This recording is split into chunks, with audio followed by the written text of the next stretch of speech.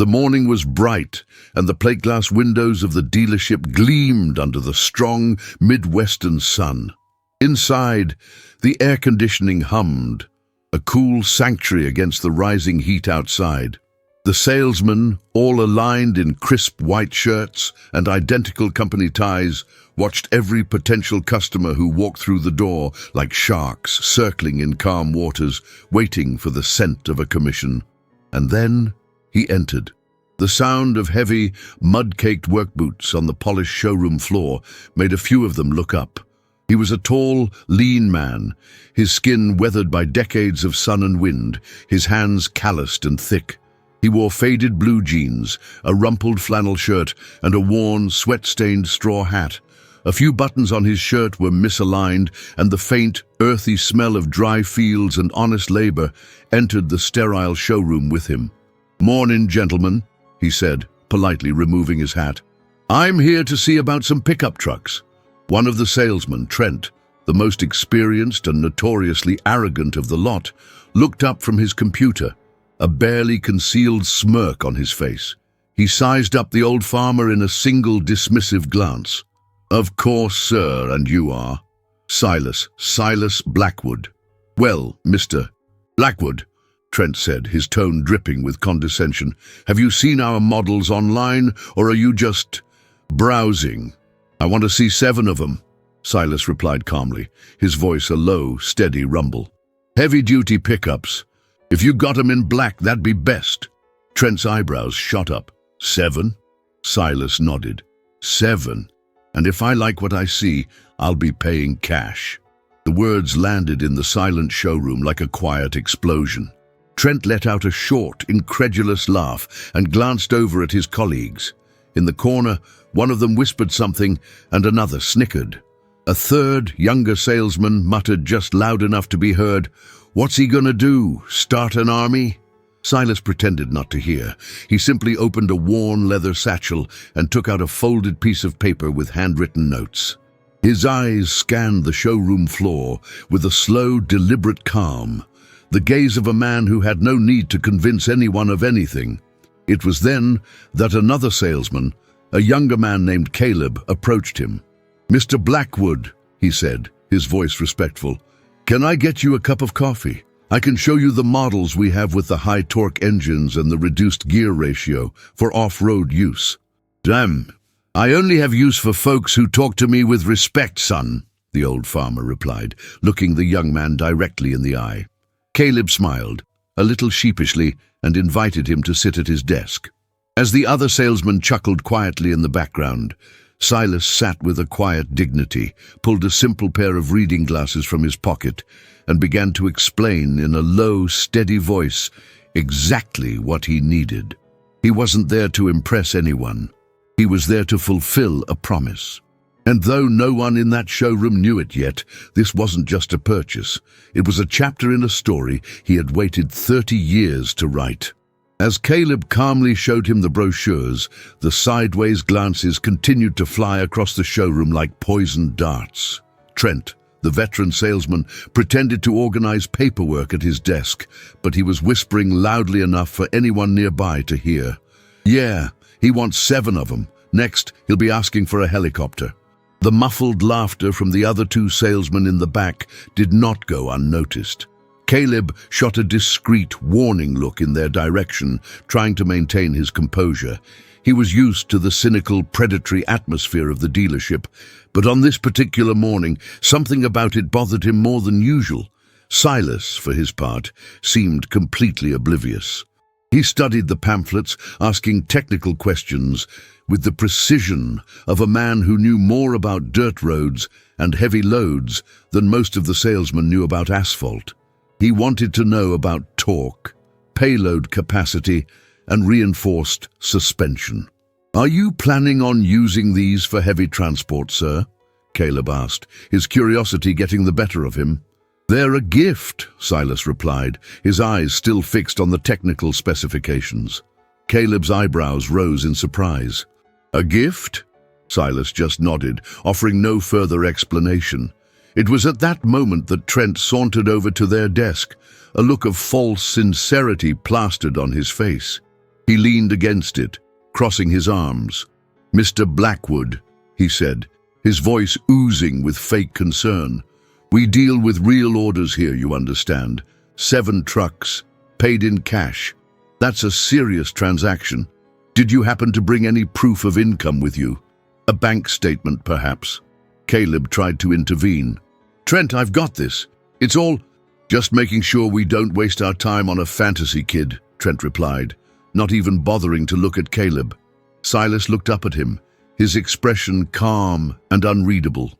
He reached into the back pocket of his jeans, pulled out a worn leather wallet, and placed a single folded piece of paper on the desk. It was an official bank letterhead, showing the current balance of his account. Caleb glanced at it discreetly. The numbers were staggering. There was no fantasy here. Trent cleared his throat, the smirk wiped clean from his face. The other salesman fell silent. "Well," he said, trying to force a smile, "in that case, perhaps we can—" "Too late," Silas interrupted, his voice firm but quiet. "I'll be dealing with this young man here." He gestured to Caleb. "He's the only one who's treated me like a human being since I walked in." Caleb was speechless.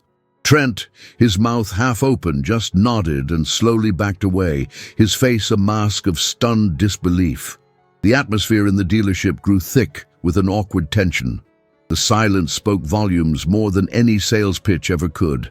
For the first time, the laughter was gone, but Silas remained unperturbed. He continued to go over the details with Caleb, patiently checking specifications, writing down the VINs of the potential vehicles.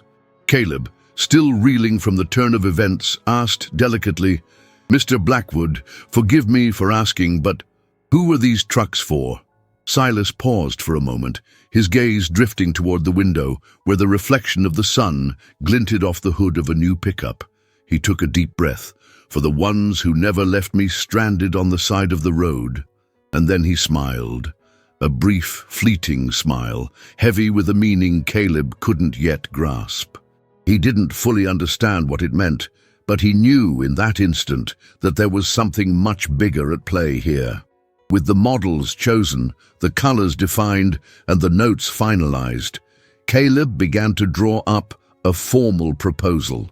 He was still trying to wrap his head around the quiet, determined, and enigmatic old farmer sitting across from him. Silas had requested that all 7 trucks be identical, the same deep black color, the same crew cab configuration, the same heavy-duty off-road package.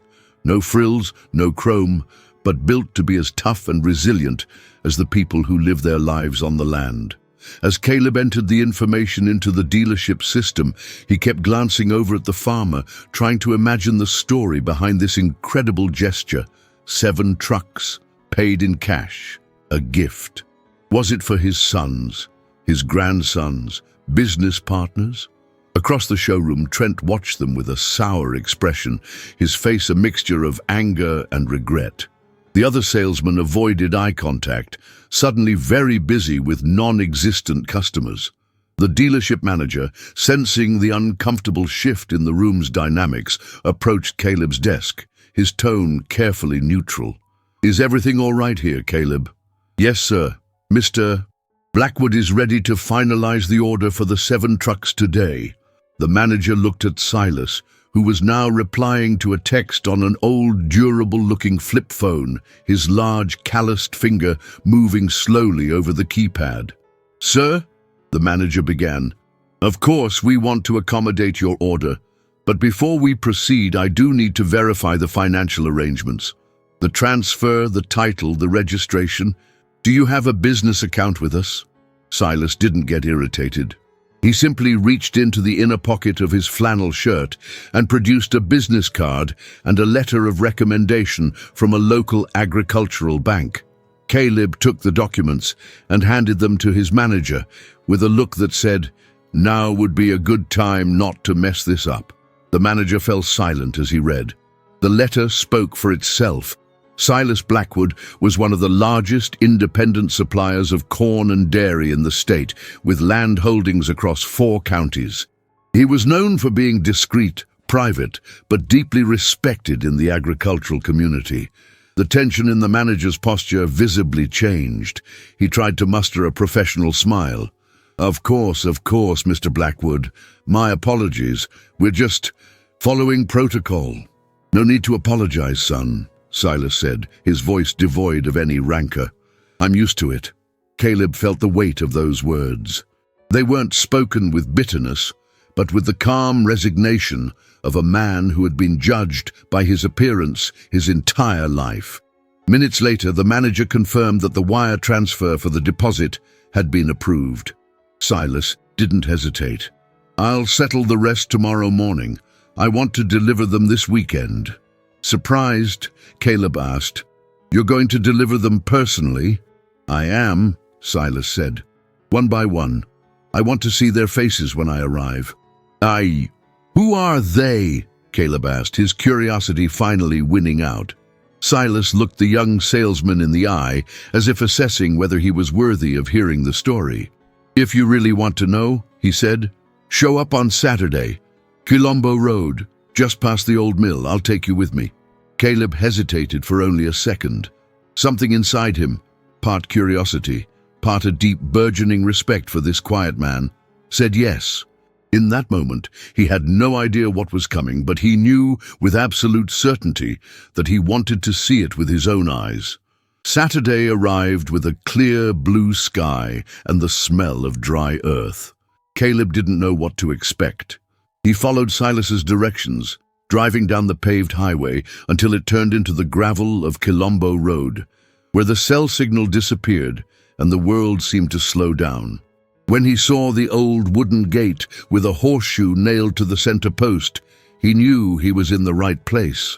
On the other side, Silas was waiting for him, wearing a new hat, leaning against the first of 7 gleaming black pickup trucks.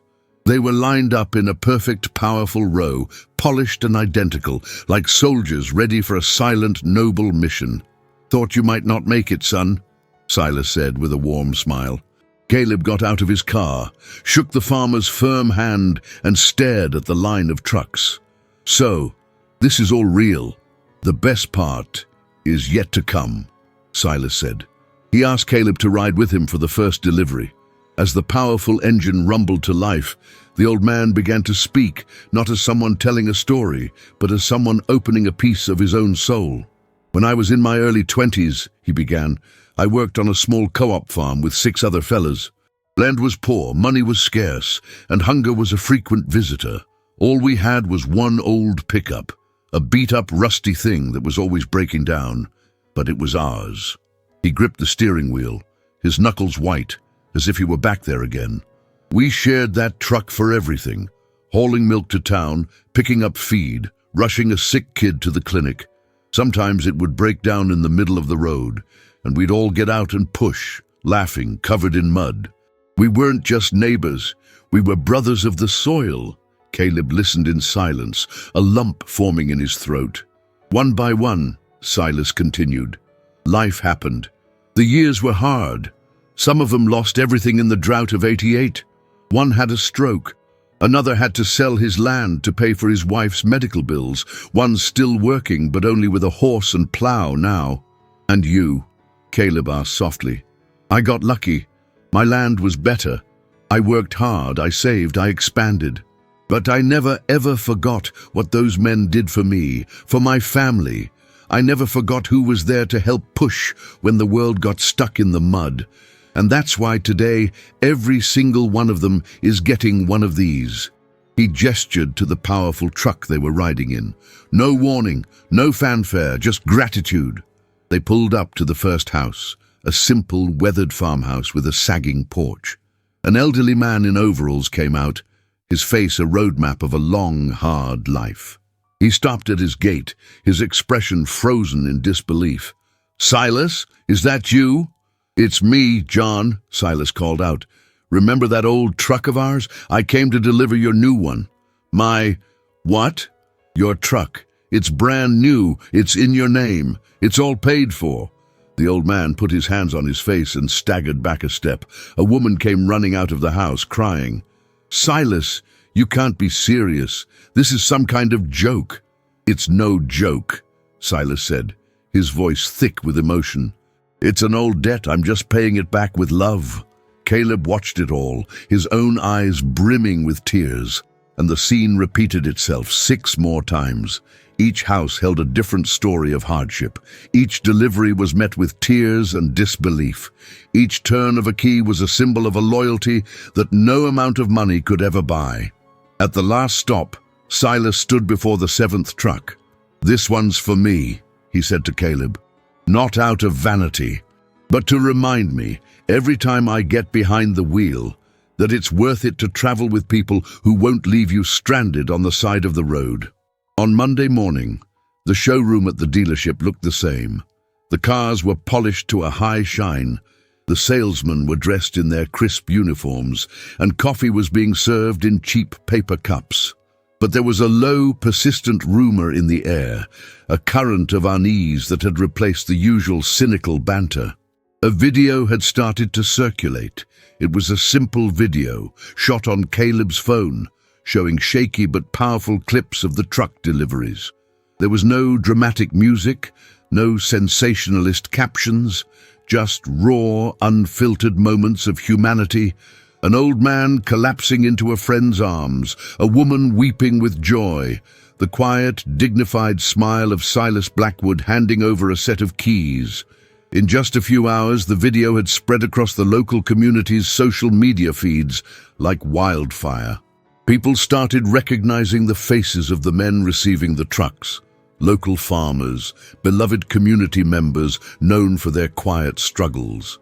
The story was shared with captions like, "This is what real gratitude looks like, and now this is a man who hasn't forgotten where he came from." Back at the dealership, the salesman who had mocked Silas tried to act normal.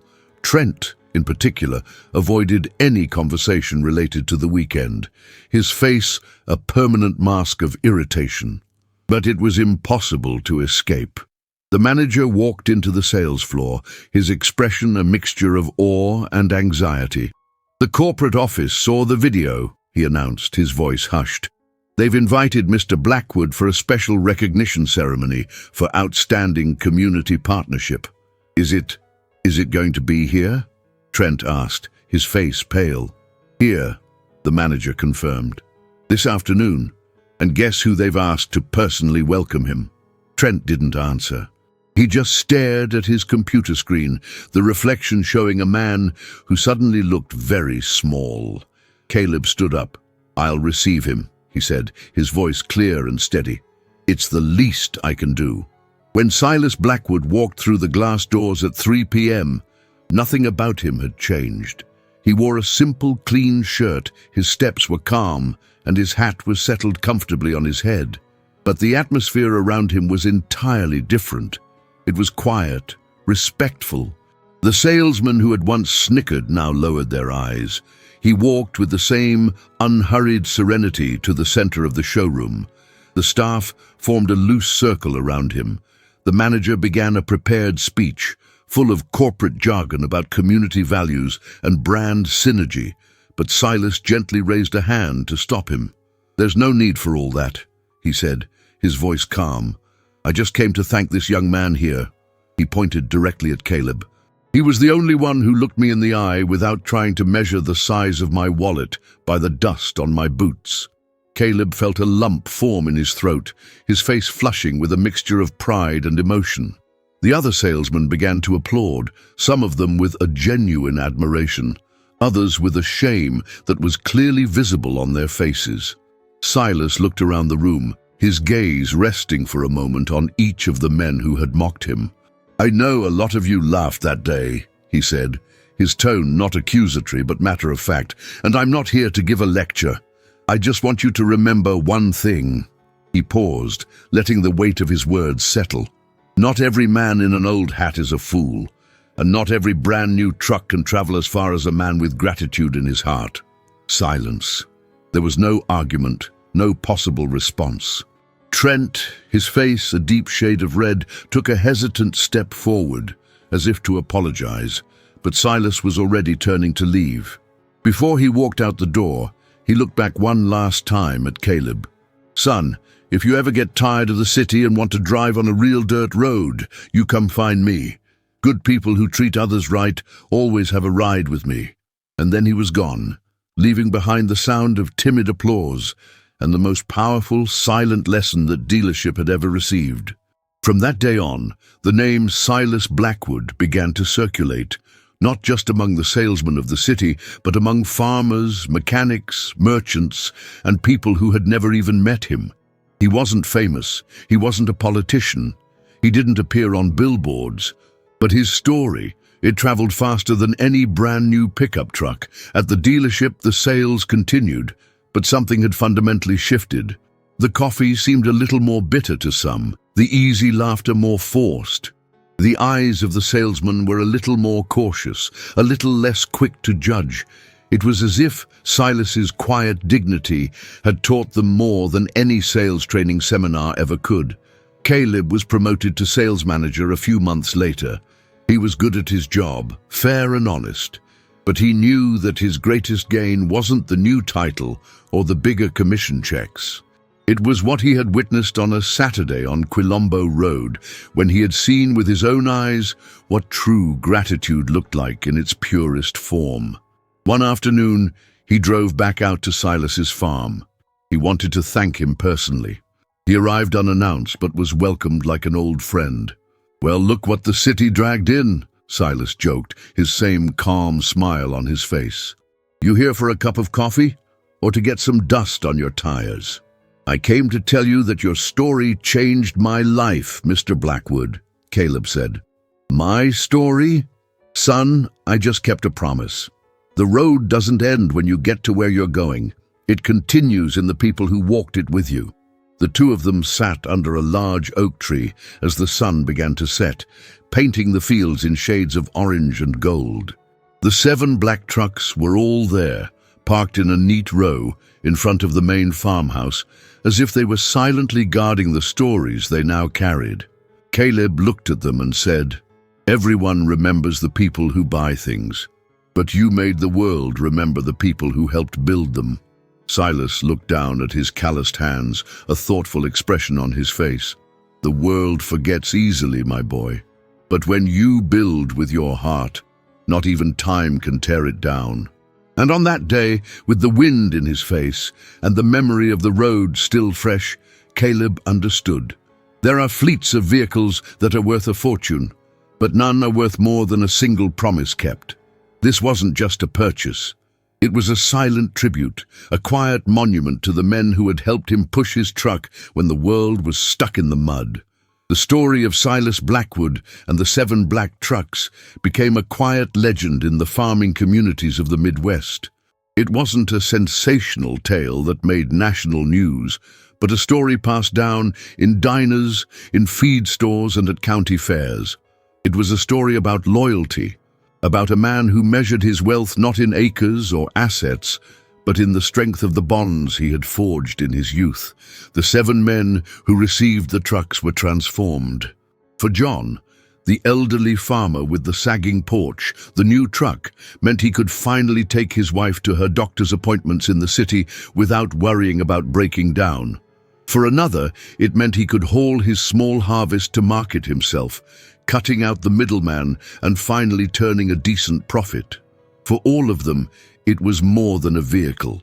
It was a symbol of being seen, of being remembered, of knowing that their years of quiet struggle had not gone unnoticed.